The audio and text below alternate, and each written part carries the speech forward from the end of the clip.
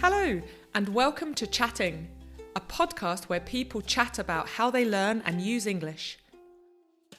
My name is Sam, I'm a CELTA teacher and a performer, and I have a particular interest in pronunciation and expression. In each episode, non-native and native speakers will chat about their experiences with English, share their advice, and, at the end, I'll give some pronunciation tips for you to take away and practice. So, ready? Let's get chatting.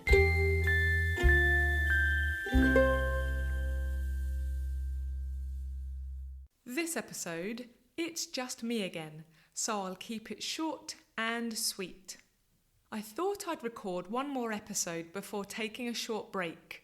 Chatting has been so much fun to make, but we should all take a holiday if we can, as it's important to rest, and so this is a good time to take stock.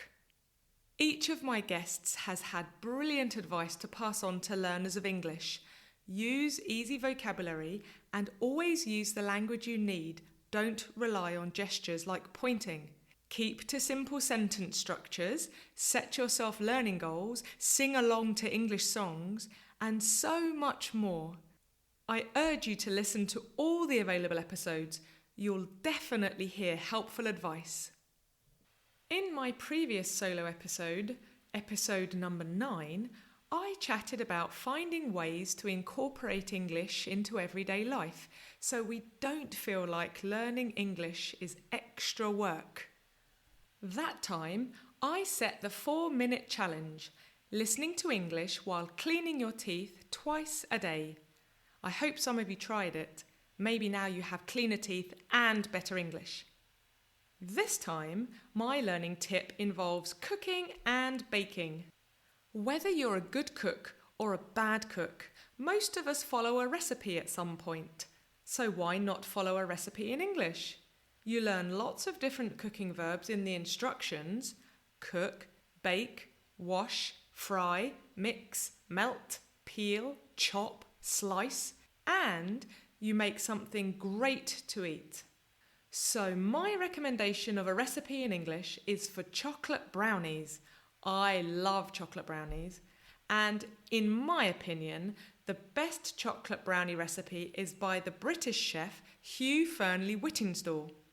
The recipe has different brownie versions made with dark chocolate, milk chocolate, or white chocolate, but I always make the cocoa brownies version.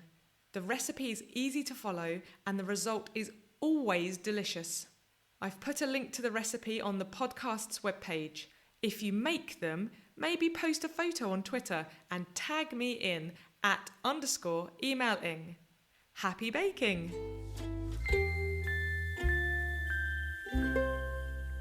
So, this episode's pronunciation tip is making the difference between the letter W and the letter V. These letters can cause trouble for learners as, for some, the letter W is pronounced like a soft V and the letter V is pronounced like a soft W. In English, the letter W is always a strong W sound, where the lips go forward like a kiss shape, a little like for the sh sound we chatted about in episode 11. And the letter V is always a V sound, where the top teeth touch the bottom lip and vibrate. V. To practice the difference, I have 3 sentences with both the W and V sounds for you. First, the words very and well. Try this sentence. I'm very well, thank you. Next, the words vest, a piece of clothing, and west, the direction. Try this sentence. My vest is from the west. Finally, the words vine, the plant that grapes grow on, and wine, the alcoholic drink made from grapes. Try this sentence. This vine makes special wine.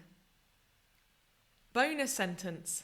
The words vow, a solemn promise, and wow, a sound of surprise and amazement.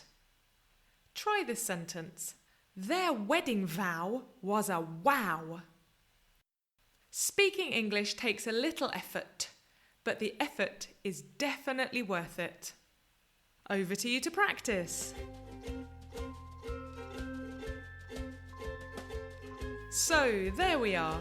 The transcript of this episode is available to read on the podcast's webpage, so take a look. Join me next time for more pronunciation and grammar tips, more advice, and most importantly, more chatting. Thank you again for listening, and for her music, a special thanks to the wonderful Mara Carlisle. Bye for now.